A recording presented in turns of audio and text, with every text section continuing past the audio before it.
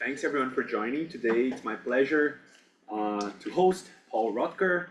Paul is currently a postdoc in Milan at Bocconi. He was previously doing his PhD at Oxford.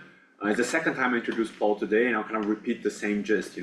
I think that myself and many people here at CITP, we come from a broader perspective that's often very critical about the way that things are done in machine learning when it comes to evaluating real-world harms. And Paul's research has been outstanding in that he has been a part of the NLP community and the machine learning community, but has consistently been able to tackle complicated societal challenges within the more traditional benchmarking evaluation framework.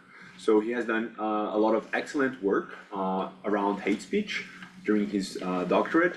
And now he's been working, broadly speaking, with large language models and trying to figure out how we can measure broader harms that these models might bring in a way where, like it's scalable and it has some of the properties that people in machine learning care about, but also in a way that captures the nuances and the complexities of the potential harms that these technologies bring. It's my pleasure to have you here today with us, Paul, and I look very much forward for your talk. So let's thank the speaker, everyone.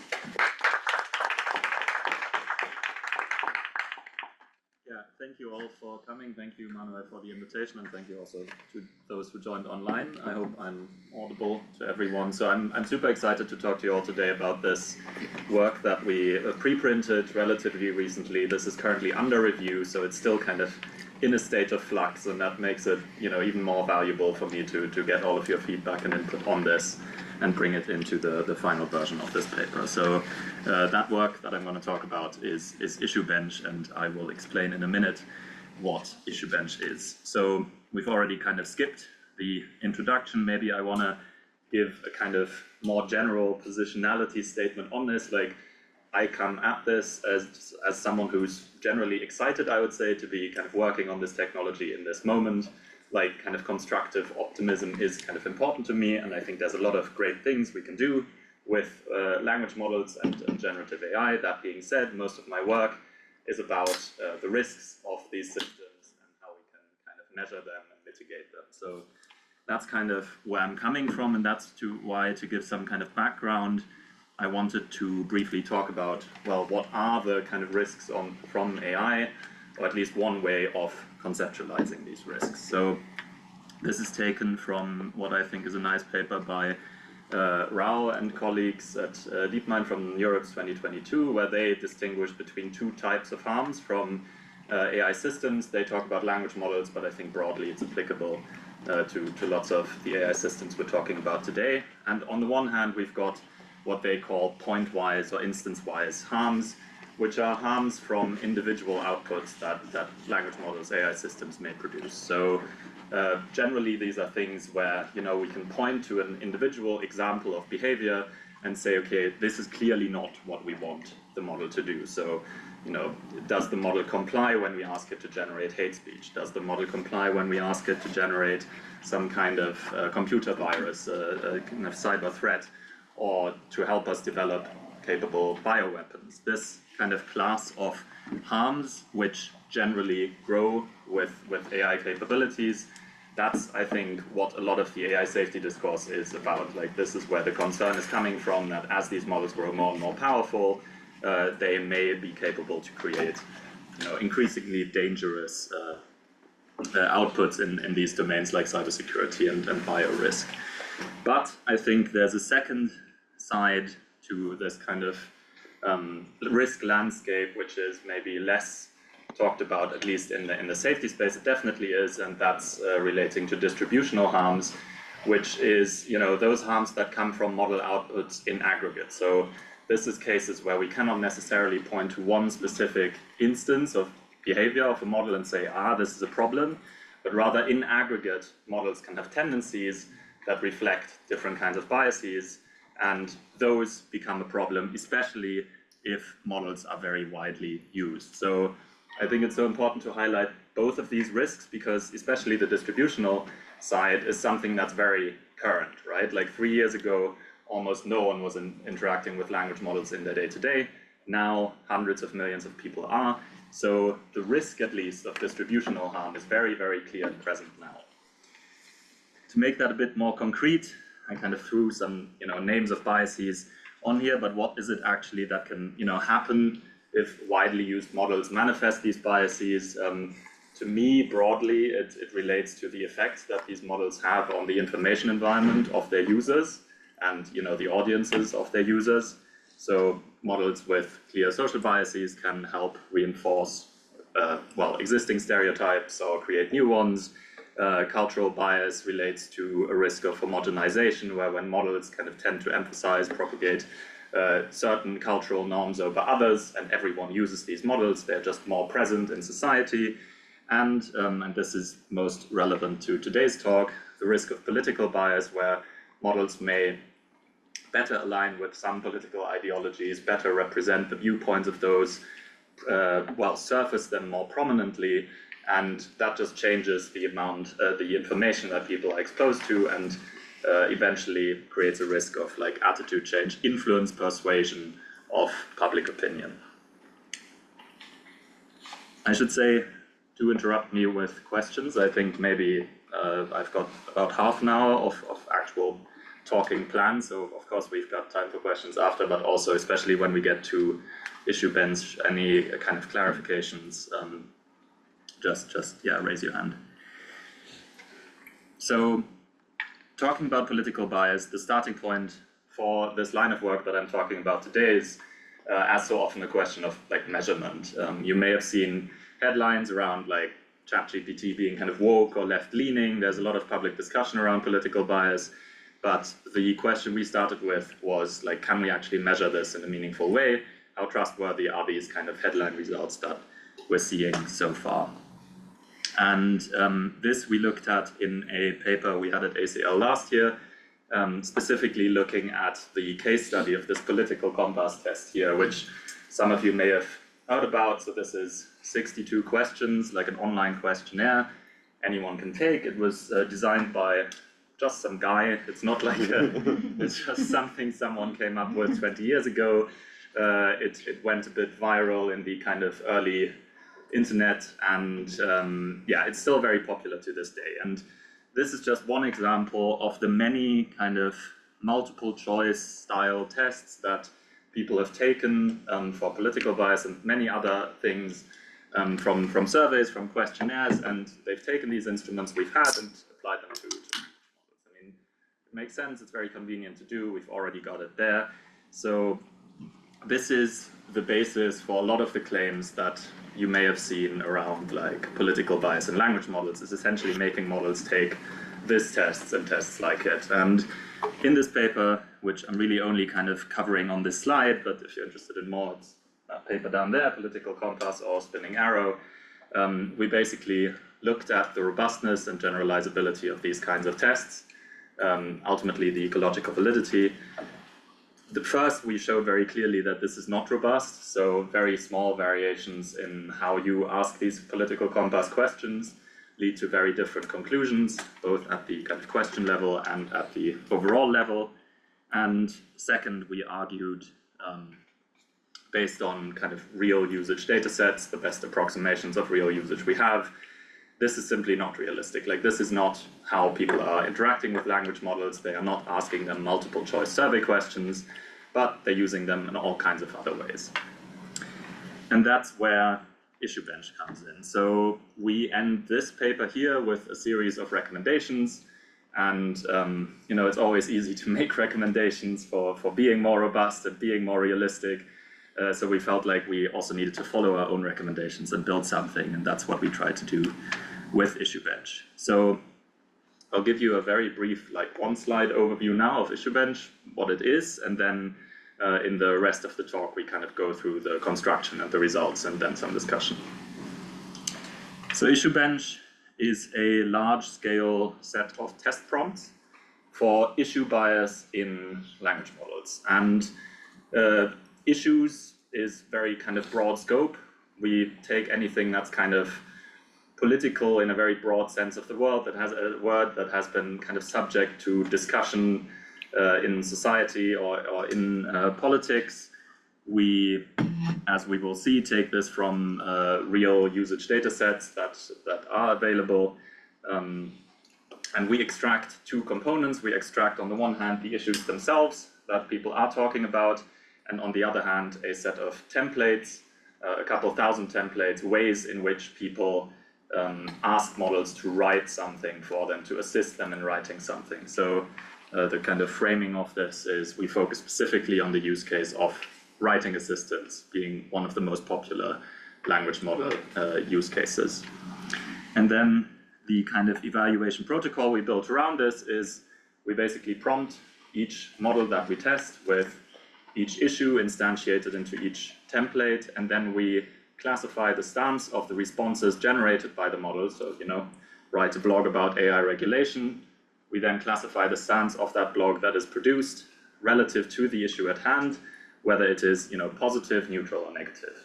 The actual kind of classification is a bit more fine-grained. We'll get to this, but this is the gist of it. So, at the issue level, we get these kind of traffic light plots and the numbers behind them that we can do more analysis with that tell us, does a model across many different ways of asking tend to write positively about this issue, negatively about this issue, or neutrally about this issue?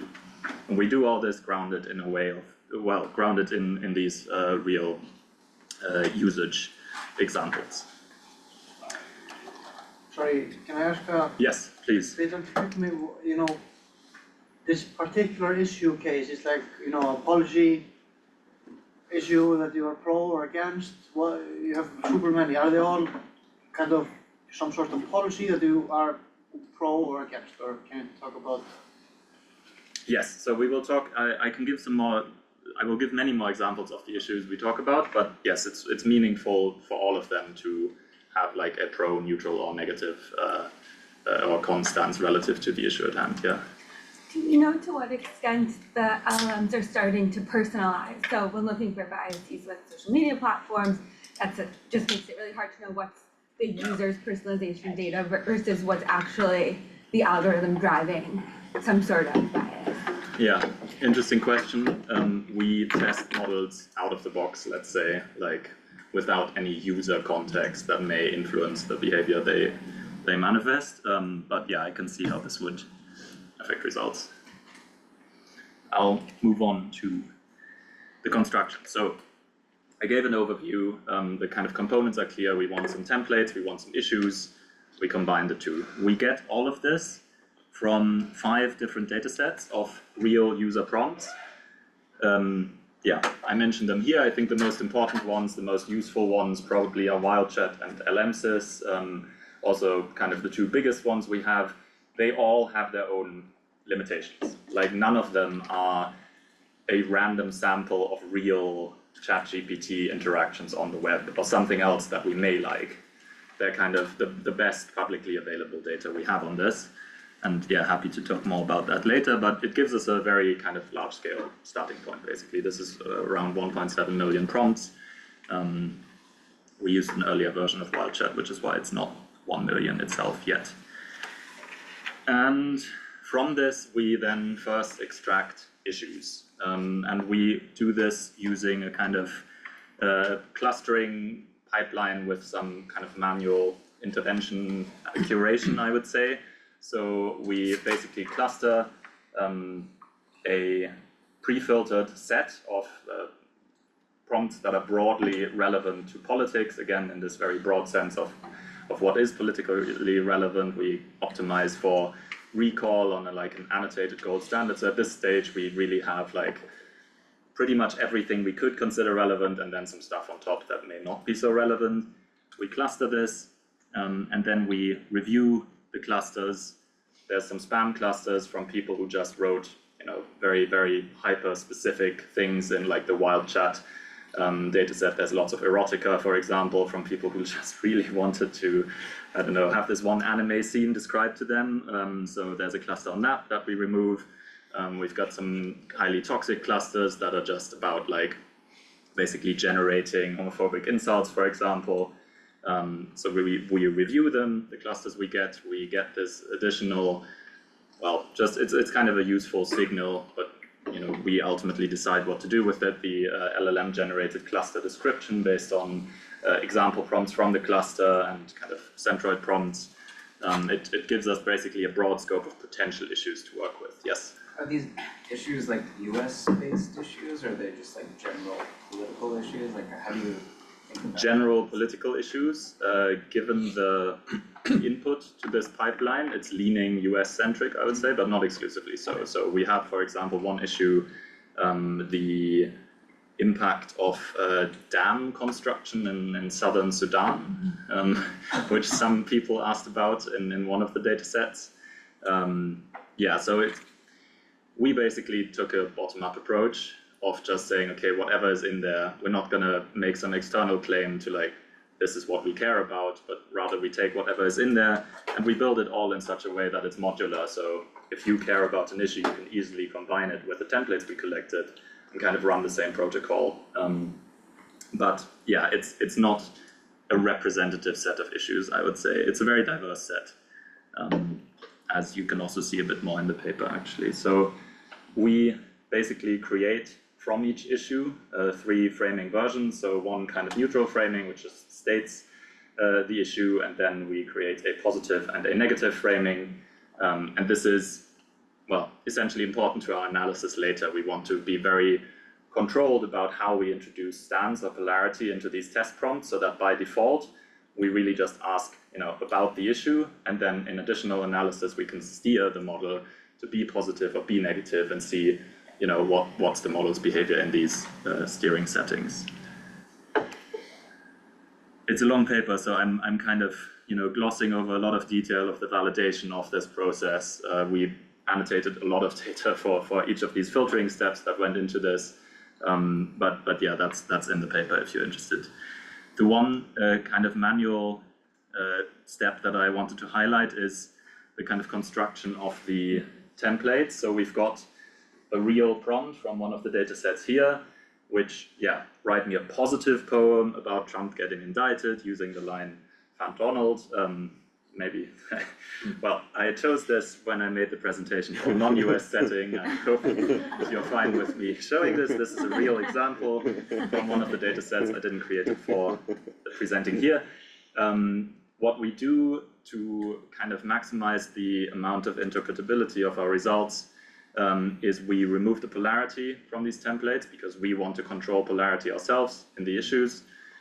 We replace the issue with a just generic placeholder, so we can slot in all the issues we have in our data set, and we also remove issue-specific instructions. So, anything that wouldn't make sense when we replace the issues, we remove this. So what we end up with here is something like this, which obviously it is simplified, but it's like we're retaining all these idiosyncrasies, like we're retaining the fact that it's about a poem, that the poem with the word poem is misspelled and so on. So we still get a lot of diversity in this. If we look at the templates overall, we get around 4,000 unique templates, and these cover, I'm sorry if this is a bit small for those in the back, but these cover a really large variety of both writing formats and writing styles. So I'm only showing the most common ones here, which are essay, story, paragraph for writing formats, short, detailed, long for writing styles. But if you kind of read on here, there's speeches, there's scripts, there's writing styles like, varied, fictional, polished, progressive, interestingly.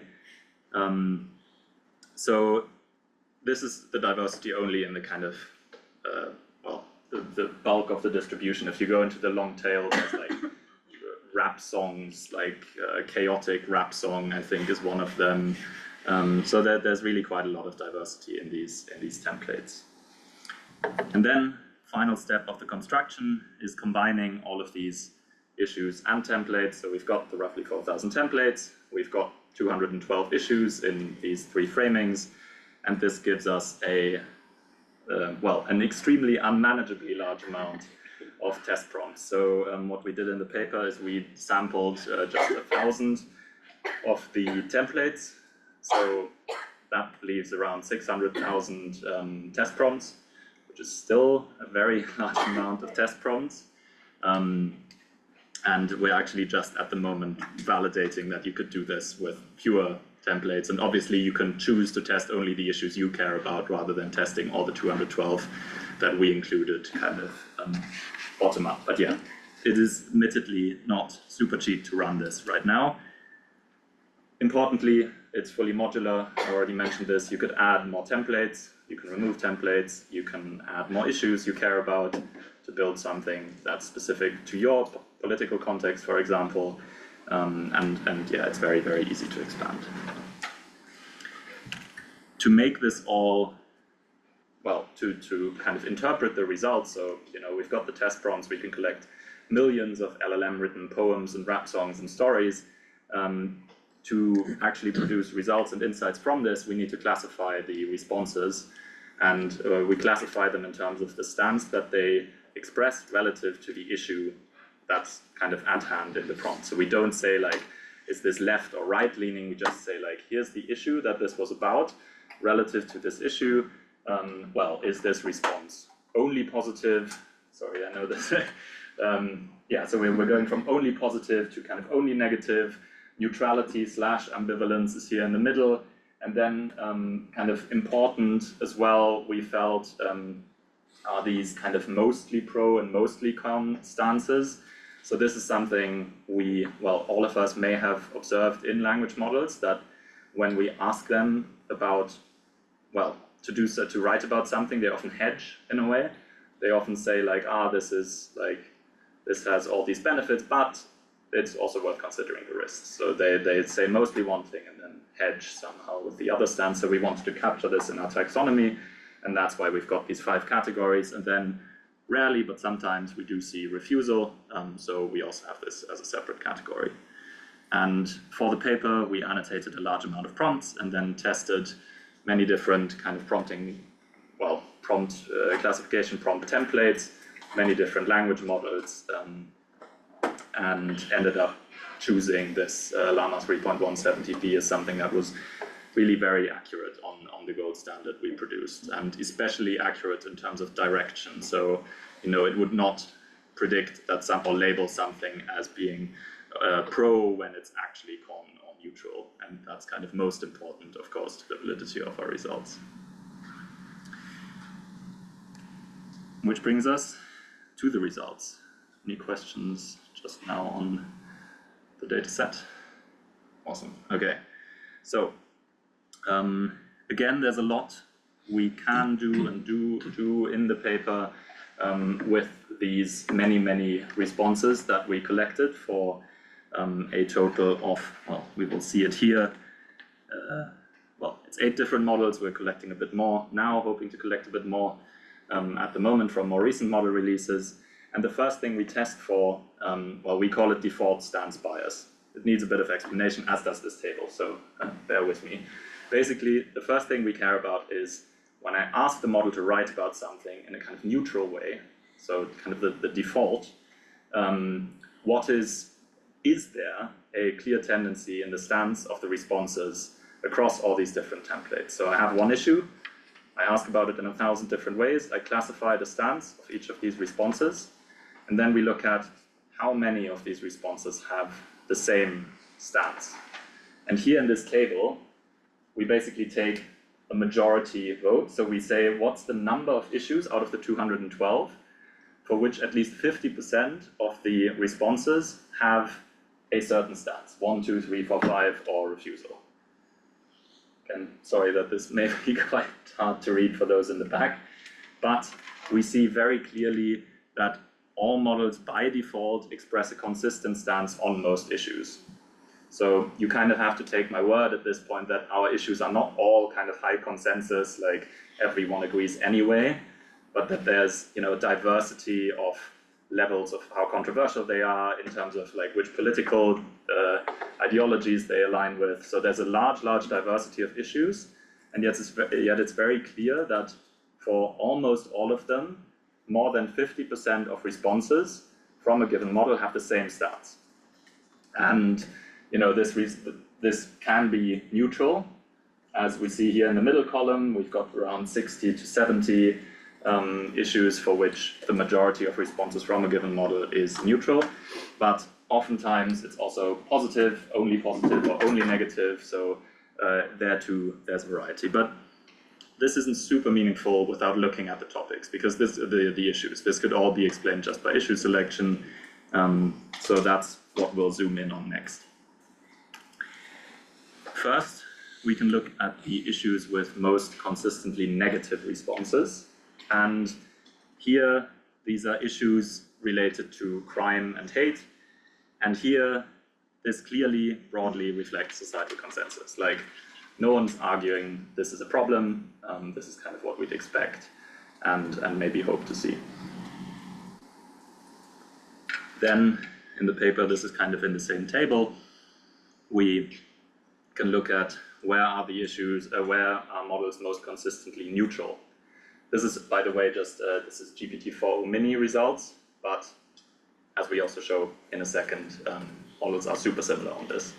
So here we've got issues like US Democrats and Republicans, well, the ethics of abortion, ethics of genetic engineering, impact of social media on society, societal impact on AI, and these are mostly issues that are, especially in the US context, kind of politically contested, ethically complex issues. Again, here neutrality, ambivalence seems potentially appropriate. So far, maybe so little cause for concern. Yes? Just a quick question on the ranking. These are, of all the issues you ran, Yeah. the ones that had the most consistently neutral, right? So Yes. you haven't picked these examples. No. This happened to This be the is top. Got it. bottom up from the data, yeah. And this is basically the same across all models. You maybe see one or two switch, but yeah. So we found the most, at this stage of the analysis, where we're looking at the results like this, the most interesting ones were the issues with most consistently positive responses. So here, this is mostly kind of social justice and environmental policy issues. And here already we see kind of, well, one looks at these issues and has to admit that at least some of these issues, like especially in the US political context, are politically contested. I'm very interested, this is the first time I'm talking about this work in the US, which is often the reference point for this kind of work, right? But here, you know, even though we may agree or disagree with the tendency that the model shows, it is clear that here it shows a tendency that not everyone, especially in the US, would agree with. And this, you know, is something we will revisit later and kind of zoom in on more. For now, I want to go back to, well, the kind of second type of bias that we're measuring here. And this has to do with the issue framings that I introduced earlier. So you remember, for each issue, we also create like a positive and a negative framing. And this is about steerability. So the idea is, by default, the model has a certain tendency, but I, the user, may also have a desire to see something positive written about something, or negative. Like I want to support a cause, so I ask the model to write something positive about this cause that I support. And here it's then interesting to see how compliant models are with this instruction. So when, in this case, this table here, I instruct models to be positive about the issue, how often are they actually positive? So this is the same kind of metric, the number of issues where at least 50% of responses have a given stance. So what we expect to see here in full steerability, let's say, is basically lots of ones and maybe a bit of two. And this is broadly what we see. So models are mostly steerable. We ask them to be positive about something. On most issues, they will write positively about these issues, but this is where the hedging becomes quite important. So I, the user, did not ask to get any kind of balance on what I asked about. I asked the model to be positive about the issue at hand. And very often, the models introduce this kind of balance through this kind of hedging behavior. So they don't give only a positive response, but in their positive response still mention, but, I don't know, combustion engine cars may be very affordable at the moment, but they're also kind of not a great idea for like long-term net zero goals, this kind of behavior. Yes?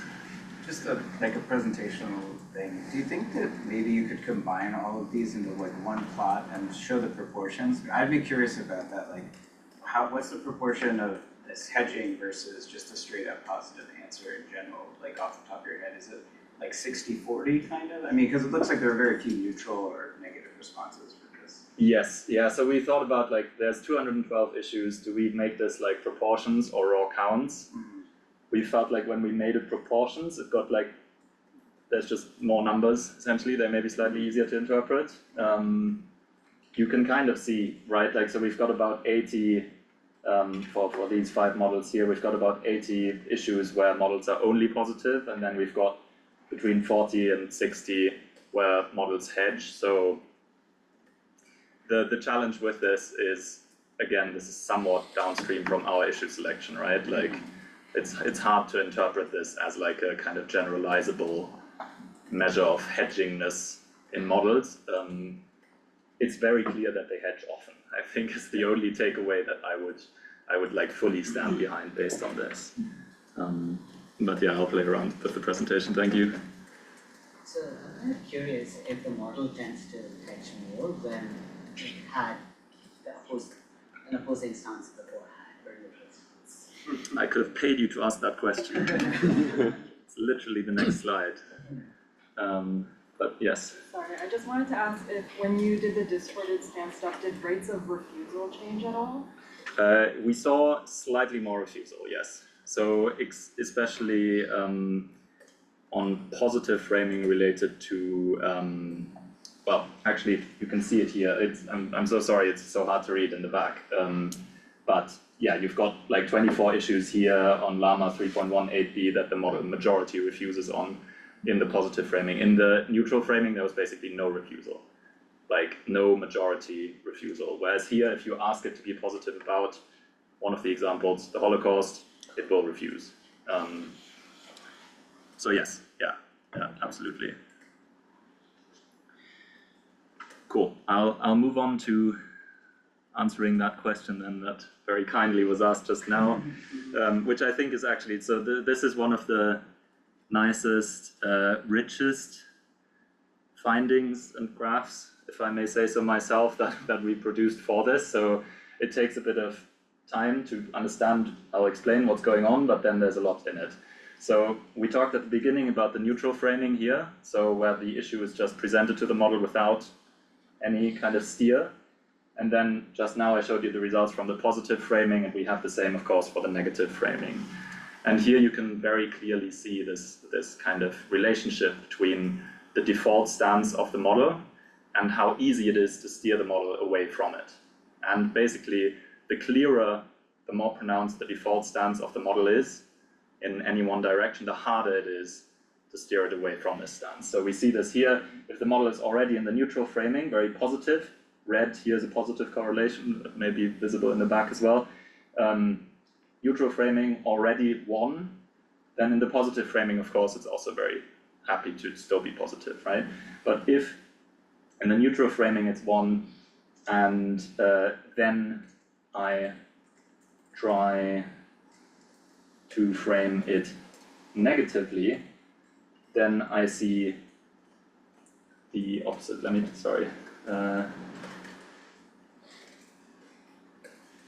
Yeah, because it's minus. Yes, yeah, exactly, yeah, so, yeah. So if we move here, then in the negative framing, we see basically it's much harder to make the model actually be negative when by default it is very positive. And the same, if by default it is very negative, it's much harder to get it to be positive. So here this kind of significant negative correlation shows the strong default stance of the model to be negative is harder to kind of override by the positive framing. So we'll see much less of actually fully positive responses. And yeah, then there's kind of interesting correlations between the amount of hedging. So, you know, you see kind of similar patterns here. Neutrality is kind of more steerable in either direction. But really the key takeaway is there is this kind of connection between the default stance and the steerability in any one direction.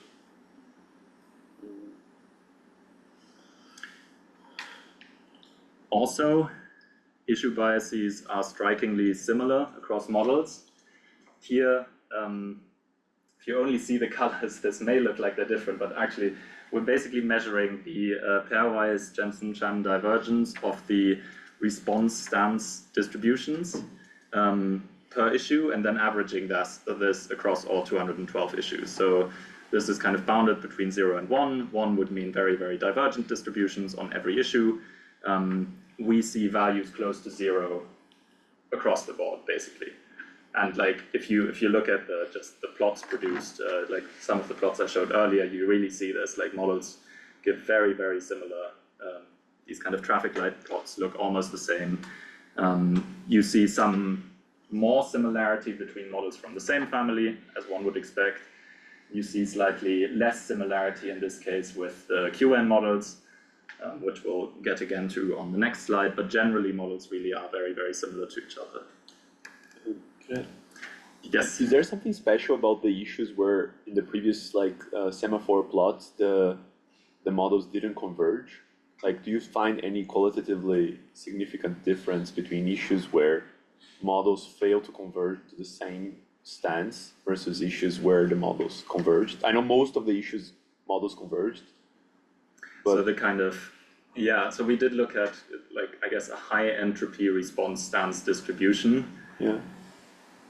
We didn't, I had an intuition going into it that it was going to be basically issues that are not really touched by post-training. Like something like inheritance tax is not something that model developers train a stance on into the model, probably.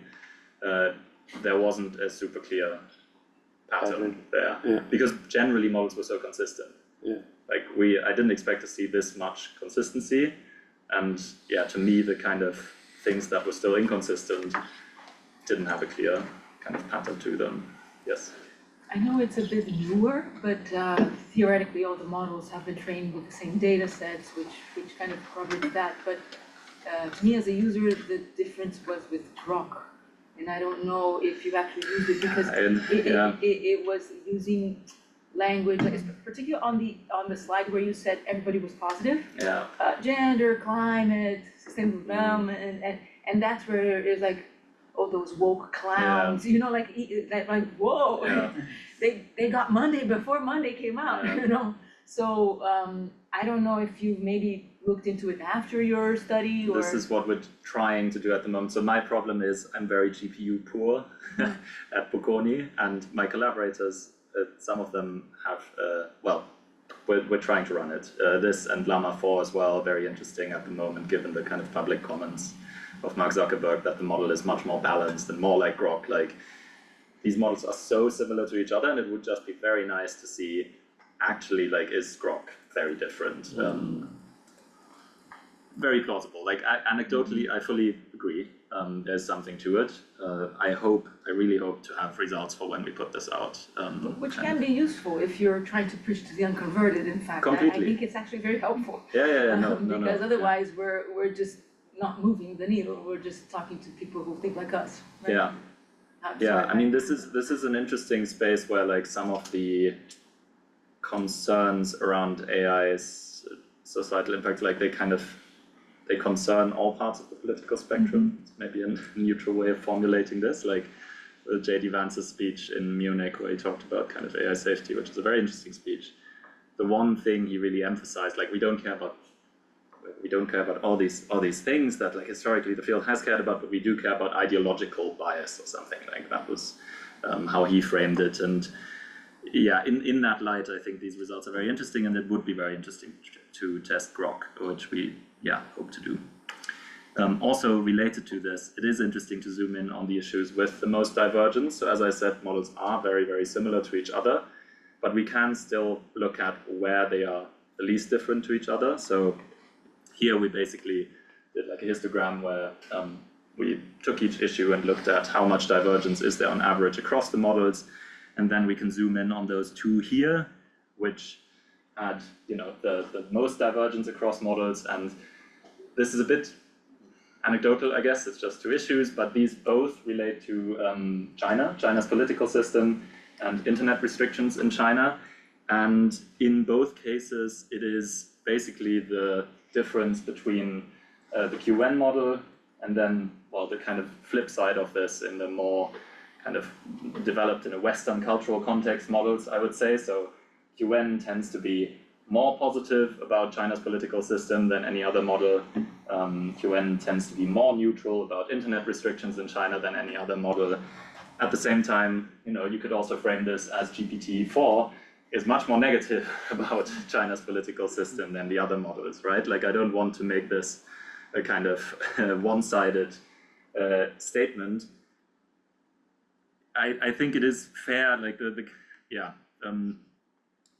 this is probably an understatement, but the only one we can confidently make based on our results is this with a question mark. Like, the development context of the models very likely shapes the kind of biases they present, and we don't know what went into the models, but we can talk about like the causes of issue bias in a second. But yeah, this was an interesting finding to emerge kind of from the data, I would say. I guess in addition to Grok, you could maybe look at DeepSeek for this. Yes, yeah. So these would be the two we test first. I think DeepSeek probably was the first one that popped up, especially because of this. I'm working with a student at the moment where we're basically we're extracting issues that are talked about related to China from American media, and then issues related to America from Chinese media. We're translating some templates into Chinese and then testing both in English and in Chinese on these kind of issues going either way. And I mean, that's super interesting to kind of expand or focus on that context, I think. Cool. Okay. Finally, we kind of connect our very descriptive results to some external reference, right? So like everything I've talked about was basically just telling you this is what models do. But a lot of the discussion is actually like, it's not about issue bias and these tendencies and stances, it's about political bias and like left-leaning, right-leaning Democrat and Republican models. So to look at this, this is going to be hard to read. It's in the paper. It's a nice plot to zoom in on. We basically connected 20 issues that we had in IssueBench to these survey questions on a website called isidewith.com, where many US voters, Democrats, Republicans, basically give yes/no answers on specific issue propositions. So we've got something like the legalization of same-sex marriage, legalization of marijuana, labor unions being a kind of good thing, universal basic income, support or not. The phrasing, kind of by design, the phrasing of the issues in our data set aligns with the phrasing of these specific issues on isidewith.com. And then we can place on a scale here both our models and the kind of lean of Democrat and Republican voter population. So for the models, we basically add up the pros and subtract the con proportions to get us on this scale, which ranges from -1 to +1. And for the voter populations, we add the yeses and subtract the nos, and that gets us on the same scale from -1 to +1. And here it is very clear on this non-representative set of issues, but those 20 issues for which we were able to collect this reference data for, that models align much more closely with Democrats. So on most of these issues, the blue kind of donkeys are much closer to the gray models, which you can again see are very close to each other in pretty much all cases. And in many cases, the models are actually kind of more consistently to one side than the Democrat kind of lean of the Democrat voter population, I would say. There's some interesting exceptions. So for example, the US Supreme Court models are more aligned, more positive about than Democrats are. It's just one piece of the kind of puzzle, I would say, in the broader results on political bias. This is only for the US context. I would love to see kind of this with a more complete, more representative set of issues, but these are the 20 issues for which we could make this mapping. And on these, the result is quite clear. Final slides. The kind of two questions I wanted to pose for discussion, one of which we've already touched on. So first is obviously a very interesting question, like what actually causes these tendencies? And here I wanted to highlight a paper by a group at MIT. Surya Shula is a PhD student there. He's done some very cool work, including this one paper on truthfulness in reward models. And they basically show that if you train a reward model on data that incentivizes truthful, scientifically kind of accurate statements, like you reward those kinds of statements, then the resulting model tends to be more Democrat, left-leaning. They don't dive a lot into what this means in their paper, but generally, like based on our results, it's highly likely that this relates to issues like climate change, like everything related to sustainability, like maps onto quite often scientific consensus, and if you incentivize this, it's not that surprising that you see these kind of results. And similarly, models are explicitly trained. If we look at something like the OpenAI model spec, to be kind, to be fair, to not discriminate. And again, if we take this kind of principle and we apply it to specific issues like the legalization of same-sex marriage, perhaps it's not surprising that we see that models are very consistently pro-legalization of pro-legal same-sex marriage. So for me, one of the kind of intuitions behind this is like, we can get something that's objectionable to some, right? Even from principles that are probably much more agreeable to most. So these agreeable general principles can have these issue-specific consequences that may then be interpreted as like, oh, this is like a Democrat model, essentially. Quite interesting, has a lot to do with training data, especially during post-training where we're very explicitly steering these kinds of behaviors, and this is one kind of stream of follow-up work that we're working on now, kind of in isolating the influence of these post-training data selection decisions, essentially. Second question I kind of wanted to pose or kind of open up is, how do we actually want models to behave, right? Like, it's not trivial to say for each of these issues, we just want models to be neutral. Like, neutrality is a political position on most issues. So this is clearly not the solution. Here I wanted to highlight some cool work. I mean, this is a bit older now, but Taylor Sorensen and colleagues at UW have done very nice work on like how we deal with plurality of opinion when it comes to aligning AI systems, and they lay out different goals, versions of goals we could strive for, like in terms of how we want models to behave. So do we want models to present by default a kind of Overton pluralistic response which covers, you know, the ground of what is the range of reasonable opinions? Difficult to define what is reasonable and what is not, right? Like, it comes with its own challenges, but it sets kind of a target. That's one potential target. The other one is more around steerability, like when we tell a model to go in a certain way, to argue in a certain way, does it actually do this? Like, we give power to the user. Our results mostly support that this is happening, but then the hedging, for example, may be a bit problematic, where we're introducing like something the user didn't explicitly ask for. So my kind of takeaway from a lot of this is we can already steer models to behave in this context, especially.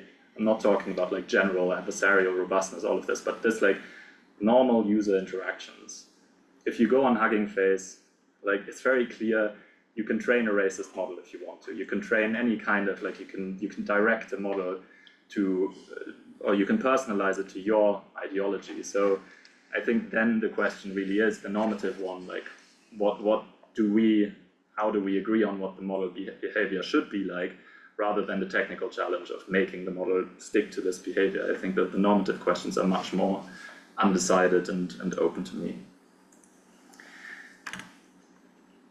To summarize very briefly, this is the last one, the kind of main takeaways. So we started by talking about this distinction between pointwise and distributional harms, and here, like in this talk, we focused on those distributional harms that I would argue are particularly interesting today because of the widespread and growing adoption of AI systems. With IssueBench, we created this one way for this one particular use case of writing assistance, of measuring issue bias, these kind of tendencies in the stance of responses in a, well, I hope you agree, robust and reasonably realistic way. We found very clear and consistent issue biases. I mean, really like the majority of issues, we have these clear and consistent response stance tendencies. And we found that, of course, for even for topics which do not have this kind of consensus in many, well, political contexts, we found this extreme degree of similarity across different LLMs. Caveat, we didn't test the ones that were marketed as being very different because they came out later. And yeah, we at the end briefly touched on this distinction between the kind of descriptive picture that our results present and then the kind of normative discussion that we may have to have or get to have separately from this, where we create a reference of what we want model behavior to be like, and then we can hold that against IssueBench and say, okay, here's a problem, here's not a problem, and yeah, we hope our benchmark can provide a useful tool for this. Thank you. Amazing.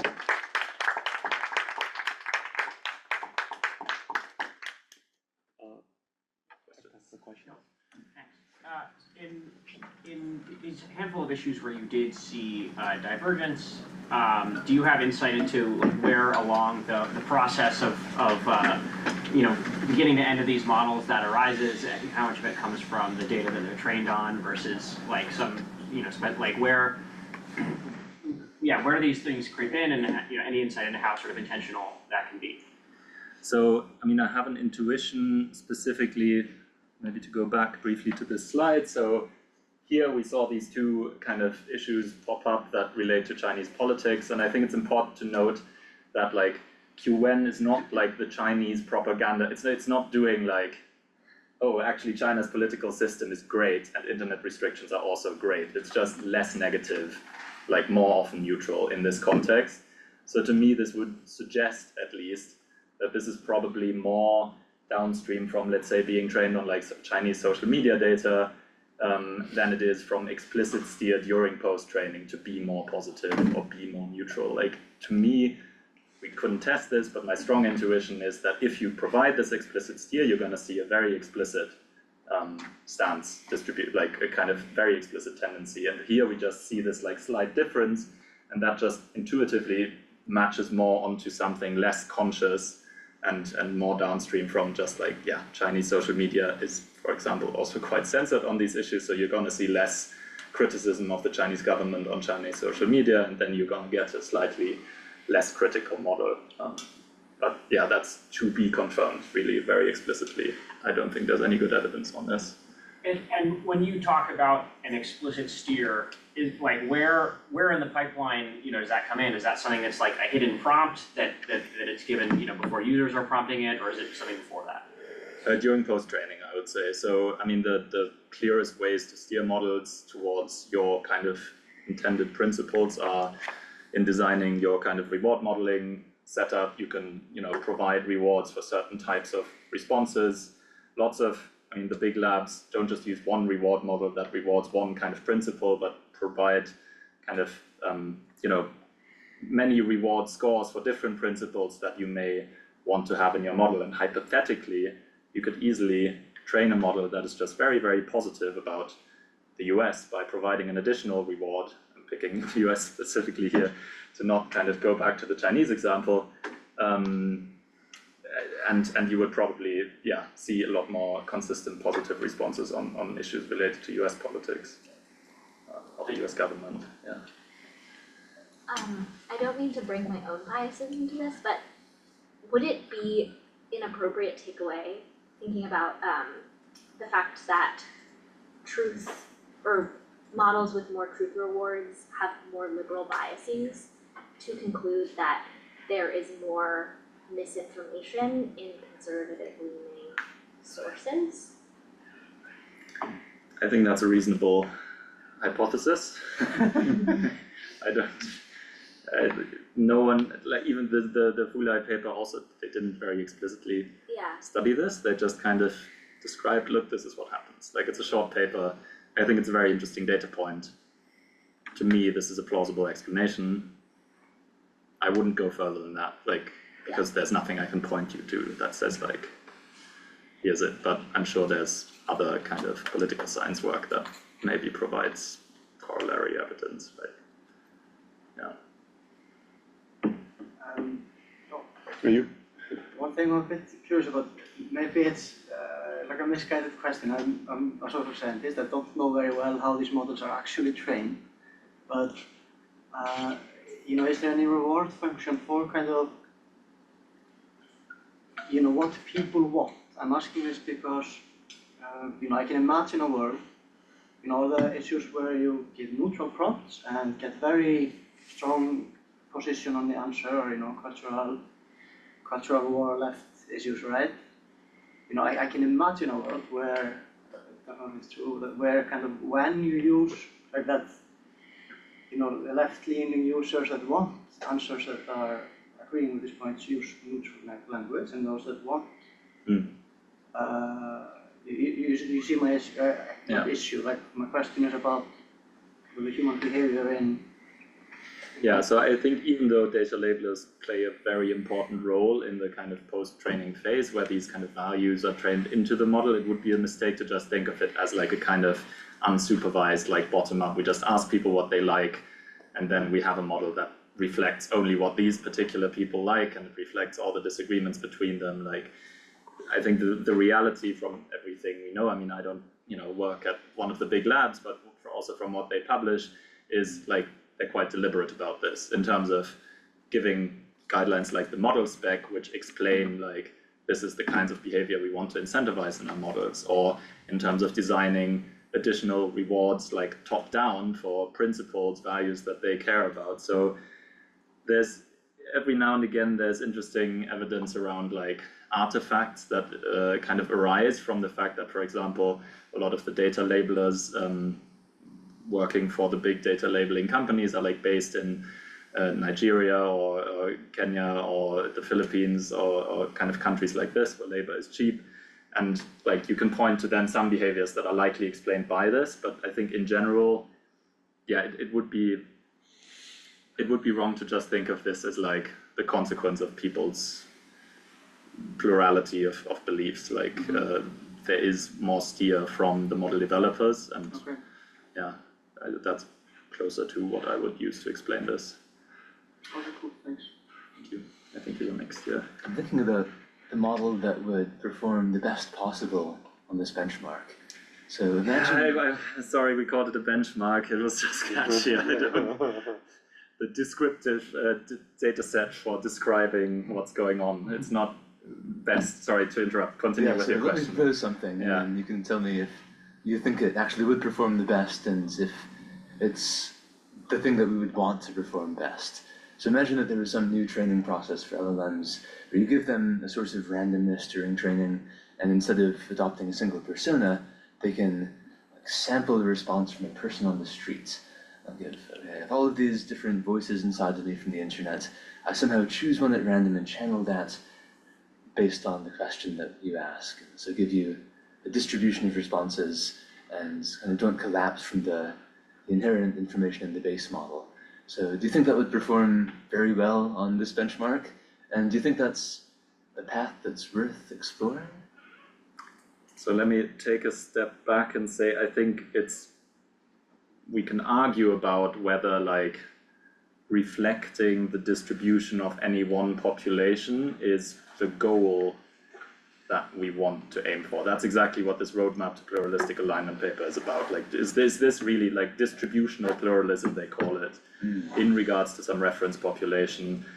It's, to me, not clear that this is what we want to aim for. Personally, I don't really buy into this. I think it's super important for like social science simulations for models to have that property, but like it's a different set of questions for what we want models to behave like here. So with that being said, I don't think there is a clear like better or worse on our benchmark. You can, if you argue for that particular goal, then you can maybe create that standard and say, here's our reference.